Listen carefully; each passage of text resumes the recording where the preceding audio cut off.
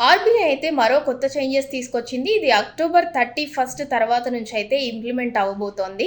అదేంటంటే ఇన్ని రోజులు బ్యాంక్స్ అన్నీ కూడా వాళ్ళ వెబ్‌సైట్ నేమ్ వాళ్ళకిష్టం వచ్చినట్టు క్రియేట్ చేసుకోవడానికి ఉండేది. For example SBI, HDFC, ICICI తీసుకున్నట్లయితే గతంలో sbi.co.in, hdfc.com అలాగే ఐసీఐసీఐ బ్యాంక్ .com అని ఉండేవి. బట్ ఇప్పుడు అలా కాదు. అక్టోబర్ 31 తర్వాత నుంచి అయితే ఇప్పటికే కొన్ని బ్యాంక్స్ అయితే తమ వెబ్‌సైట్ నేమ్ అయితే చేంజ్ చేశాయి. ఇంకొన్ని ప్రాసెస్ జరుగుతుంది.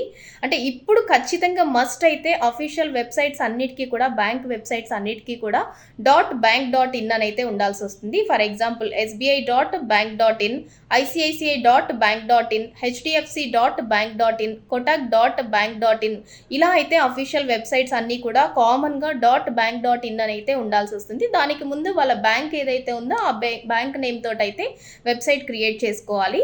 అంటే ఒకవేళ పాత వెబ్‌సైట్ నుంచి మీకెవరికైనా కేవైసీ చేసుకోండి, లేదంటే అకౌంట్ ఫ్రీజ్ అవుతుంది అని చెప్పి మెసేజెస్ ఏవైనా వచ్చినా కూడా మీరెవ్వరు కూడా వాటికి రెస్పాండ్ అవ్వాల్సిన అవసరమే లేదు. అఫీషియల్ వెబ్‌సైట్స్‌కి మాత్రం అక్టోబర్ 31 నుంచి అయితే మాత్రం .bank.in అని ఉంటుంది. అవి మాత్రమే బ్యాంక్‌కి సంబంధించిన అఫీషియల్ వెబ్‌సైట్స్. ఇది ఆర్బీఐ తీసుకొచ్చిన మరో కొత్త రూల్.